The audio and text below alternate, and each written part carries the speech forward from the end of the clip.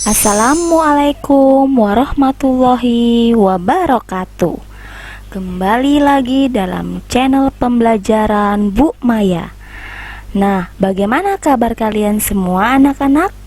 Semoga semuanya dalam keadaan sehat walafiat dan selalu ceria. Oke anak-anak, ini adalah materi lanjutan tentang sistem reproduksi pada manusia. Nah, kali ini kita akan belajar tentang penyakit dan kelainan pada sistem reproduksi manusia. Oke, dalam kehidupan manusia, kita tidak akan bisa terlepas dari penyakit. Nah, penyakit dapat menyerang sistem tertentu di dalam tubuh manusia seperti sistem pernafasan dan sistem pencernaan. Sama halnya dengan sistem organ lain, sistem reproduksi juga berpeluang untuk mengalami gangguan atau berbagai macam penyakit. Penyakit-penyakit tersebut yang dapat ditularkan melalui sistem reproduksi diantaranya adalah, kita akan membahasnya. Nah, diantaranya adalah HIV/AIDS. Nah, AIDS atau Acquired Immune Deficiency Disease Syndrome disebabkan oleh virus HIV atau Human Immunodeficiency Virus yang mulai dikenal pada abad ke-20. Jadi, penyakitnya itu adalah AIDS dan virusnya itu adalah HIV. Nah, virus ini merusak kekebalan tubuh sehingga pengidap AIDS mudah sekali terserang penyakit yang berbahaya. Nah, ini adalah gambar dari virus HIV. Nah, yang dua gambar ini adalah contoh orang yang mengidap HIV AIDS. Nah, bagaimana gejala AIDS? Gejala AIDS, virus ini akan merusak sistem kekebalan tubuh dengan cara menyerang sel darah putih. Seseorang yang mengidap AIDS tidak dapat melindungi dirinya dari segala macam bibit penyakit. Akibatnya, penderita bisa terserang berbagai penyakit. Seseorang yang terinfeksi HIV, sistem kekebalan tubuh akan makin menurun, berkurang, dan akhirnya hilang. Untuk orang yang sudah terkena HIV/AIDS itu bukan langsung terkena atau bukan langsung muncul. Nah, di sini HIV/AIDS itu dia memunculkan fase-fase. Ada pertama, kita akan membahas tentang fase yang pertama atau biasa disebut dengan fase awal. Nah, pada fase awal ini penderita masih tampak seperti orang sehat, belum memperlihatkan gejala. Fase ini berlangsung antara 5-7 tahun. Hal ini bergantung pada kekebalan tubuh penderita. Yang kemudian selanjutnya adalah fase kedua atau biasa disebut dengan fase lebih lanjut. Nah, pada fase kedua ini mulai muncul gejala awal penyakit yang terkait HIV, seperti hilangnya selera makan dan tubuh melemah, keluar keringat berlebihan di malam hari, timbul bercak-bercak di kulit, pembengkakan kelenjar getah bening, diare terus-menerus, serta flu yang tidak kunjung sembuh. Pada fase ini berlangsung sekitar 6 bulan sampai dengan 2 tahun. Yang berikutnya adalah fase ketiga atau fase AIDS atau fase pada saat dia sudah terkontaminasi dengan penyakit AIDS. Pada fase tahap ini akan terdiagnosa setelah kekebalan tubuh sudah sangat berkurang. Pada tahap ini biasanya penderita mudah terserang penyakit TBC, pneumonia, herpes, gangguan saraf, dan sebagainya. Kejadian ini berlangsung selama 3-6 bulan. Untuk mengetahui apakah seseorang dinyatakan positif menderita AIDS, harus dilakukan pemeriksaan laboratorium terhadap darahnya. Nah, bagaimana cara penularan AIDS? Oke, virus HIV dapat berpindah dari seseorang ke orang lain, atau dengan kata lain, penyakit AIDS dapat menular. Penularan AIDS tidak menyebar melalui udara atau karena berjabat tangan dengan penderita AIDS, dan juga tidak menular melalui peralatan makan penderita AIDS. Nah, virus ini dapat menular melalui transfusi darah atau donor darah seseorang yang terinfeksi HIV, atau melalui alat-alat yang menyebabkan luka seperti jarum suntik, jarum infus, dan dapat juga melalui kontak seksual. Oke, selanjutnya penularan AIDS itu dapat terjadi pada ibu hamil yang terinfeksi HIV sehingga dapat menularkan HIV pada bayi yang dikandungnya. Penularan HIV sangat cepat sekali seperti di Indonesia. Hal ini disebabkan oleh pengguna narkoba yang semakin banyak, seks bebas, dan perpindahan penduduk yang tinggi. Nah, anak-anak, kita akan masuk ke bagaimana cara pencegahan AIDS. Nah, sampai sekarang pun belum ditemukan cara pengobatan yang efektif pada penderita AIDS. Satu-satunya jalan supaya terhindar dari penyakit ini yaitu dengan meningkatkan iman dan takwa kepada Tuhan Yang Maha Esa, menggunakan jarum suntik yang steril dan jarum yang sekali pakai lalu dibuang, memeriksakan darah sebelum transfusi darah sehingga darah dapat dipastikan tidak terinfeksi virus HIV, dan hanya melakukan kontak seksual dengan pasangannya yang sah. Kemudian penyakit berikutnya adalah gonore atau biasa disebut dengan GO. Nah, disebabkan oleh bakteri Neisseria gonorrhoeae yang dapat ditularkan melalui kontak seksual. Penderita gonore akan merasakan sakit pada saat urinasi karena dari saluran kencing akan keluar cairan kental yang berupa nanah pada laki-laki serta keputihan berwarna kuning pada wanita. Nah, berikut ini adalah contoh bakteri penyebab gonore. Oke, kita akan masuk lanjutannya.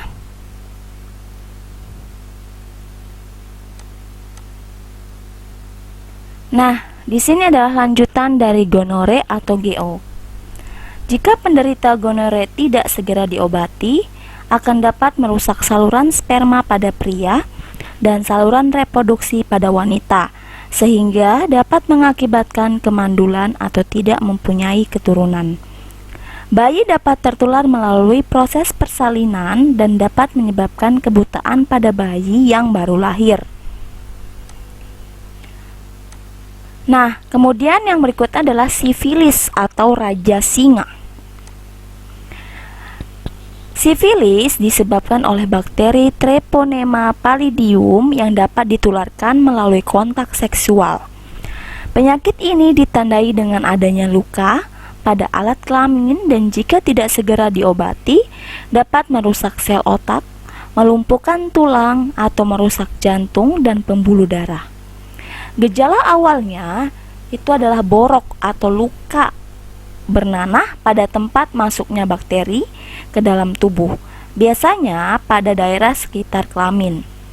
Penularan bisa terjadi melalui transfusi darah bila donor berada dalam tahap awal infeksi tersebut, dan seorang ibu hamil yang terinfeksi kepada bayi yang dikandungnya.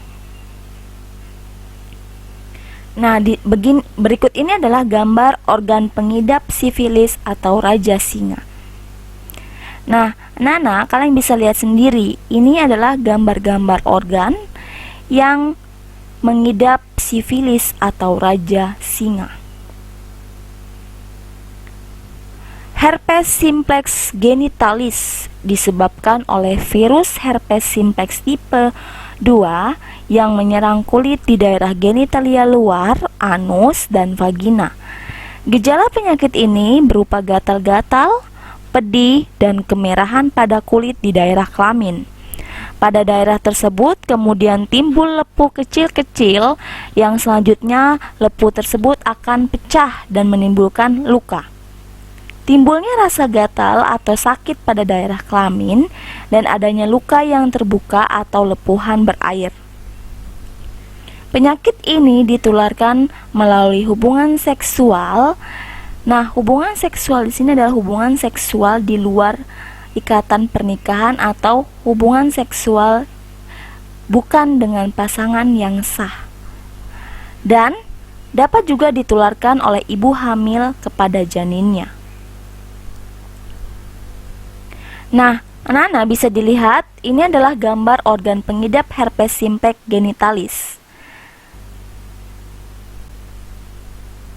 Nah, berikutnya adalah chlamydiasis.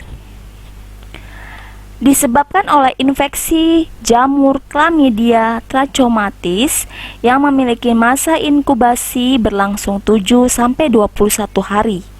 Gejalanya adalah timbul peradangan pada alat reproduksi pria dan wanita. Gejala yang terjadi pada wanita yaitu keluarnya cairan dari alat kelamin atau keputihan yang encer berwarna putih kekuningan dan rasa nyeri di rongga panggul. Sedangkan gejala yang terjadi pada pria yaitu rasa nyeri saat kencing, keluar cairan bening dari saluran kencing, dan apabila terjadi infeksi lebih lanjut, cairan akan semakin sering keluar dan akan bercampur dengan darah. Nah, berikut ini adalah lanjutan dari chlamydiasis. Pada wanita, penyakit ini dapat menyebabkan cacatnya saluran telur, kemandulan, radang saluran kencing, dan robeknya saluran ketuban sehingga bayi lahir sebelum waktunya. Sedangkan pada pria akan mengakibatkan rusaknya saluran mani atau air seni. Mani ini adalah air sperma, kemandulan, serta radang saluran kencing. Nah, berikutnya adalah trichomoniasis. Disebabkan oleh parasit Trichomonas vaginalis yang memiliki gejalanya yaitu cairan vagina encer berwarna kuning, kehijauan, berbusa, dan berbau busuk. Yang kedua, vulvanya bengkak, kemerahan, dan gatal. Serta yang tiga adalah nyeri saat kencing. Nah, anak-anak bisa lihat ini adalah gambar yang terinfeksi trichomoniasis. Yang berikutnya adalah candidiasis vagina. Merupakan keputihan yang disebabkan oleh jamur Candida albicans. Pada keadaan normal, jamur ini terdapat di kulit maupun di dalam vagina. Akan tetapi pada keadaan tertentu, jamur ini menimbulkan keputihan. Nah, gejalanya yaitu keputihannya berwarna putih seperti susu, bergumpal, disertai rasa gatal, panas, dan kemerahan pada alat kelamin dan bagian sekitarnya.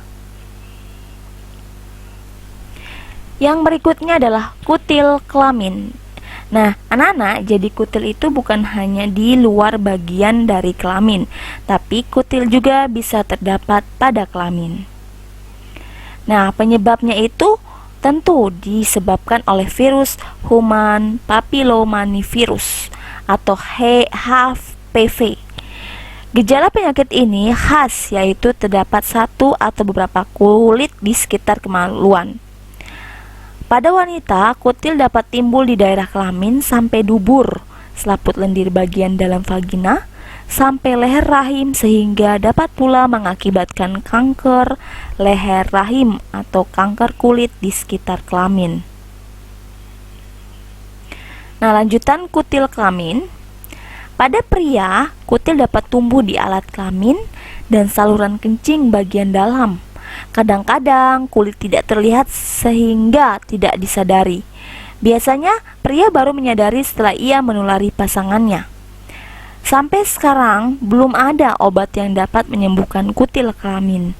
Pengobatannya hanya untuk menghilangkan kutilnya saja, bukan virusnya. Nah, anak-anak, kira-kira bagaimana ya cara atau upaya pencegahan penyakit pada sistem reproduksi manusia? Oke, di sini AIDS, gonorrhea, sifilis, dan herpes genitalis merupakan penyakit menular seksual atau PMS karena dengan mudah menular melalui hubungan seksual. Oleh sebab itu, salah satu cara untuk menghindarinya adalah dengan menghindari seks di luar nikah. Jadi, AIDS, GO, sifilis, dan herpes genitalis ini sangat bisa dan cepat tertular melalui hubungan seks yang tidak sah. Oke? Kemudian berikutnya adalah menggunakan pakaian dalam yang berbahan katun dan bertekstur lembut. Hindari bahan yang bersifat panas, kurang menyerap keringat, dan berbahan ketat, misalnya jeans. Ayo, siapa nih yang suka menggunakan jeans? Jadi, kalau kalian menggunakan jeans, hati-hati ya, jangan sesering mungkin dan jangan terlalu menggunakan jeans yang ketat. Oke, selanjutnya, biasakan membilas dengan bersih organ reproduksi setiap selesai buang air kecil maupun buang air besar. Selanjutnya, keringkan sisa air yang masih menempel di kulit dengan tisu atau handuk hingga kering. Jangan dibiarkan karena bisa menimbulkan jamur pada organ reproduksi kalian.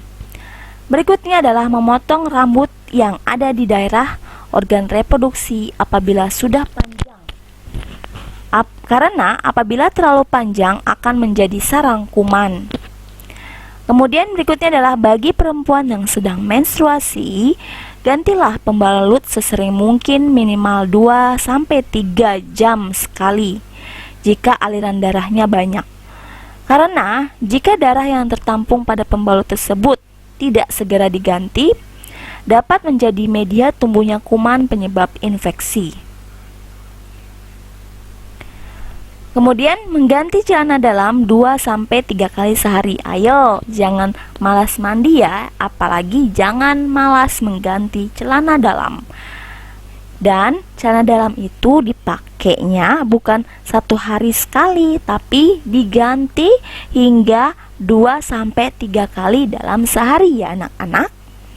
Kemudian berikutnya adalah bagi perempuan, hindari menggunakan sabun pembersih daerah kewanitaan dan panty liner secara terus-menerus karena akan mengubah pH vagina dan akan membunuh bakteri baik atau flora normal dalam vagina. Selanjutnya akan memicu tumbuhnya jamur. Dan yang terakhir adalah rajinlah berolahraga.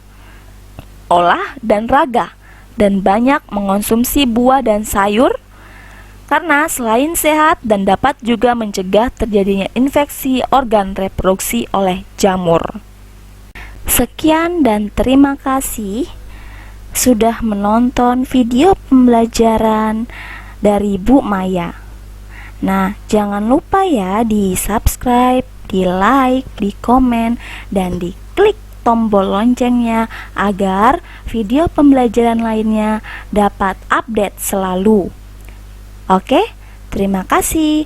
Wassalamualaikum warahmatullahi wabarakatuh.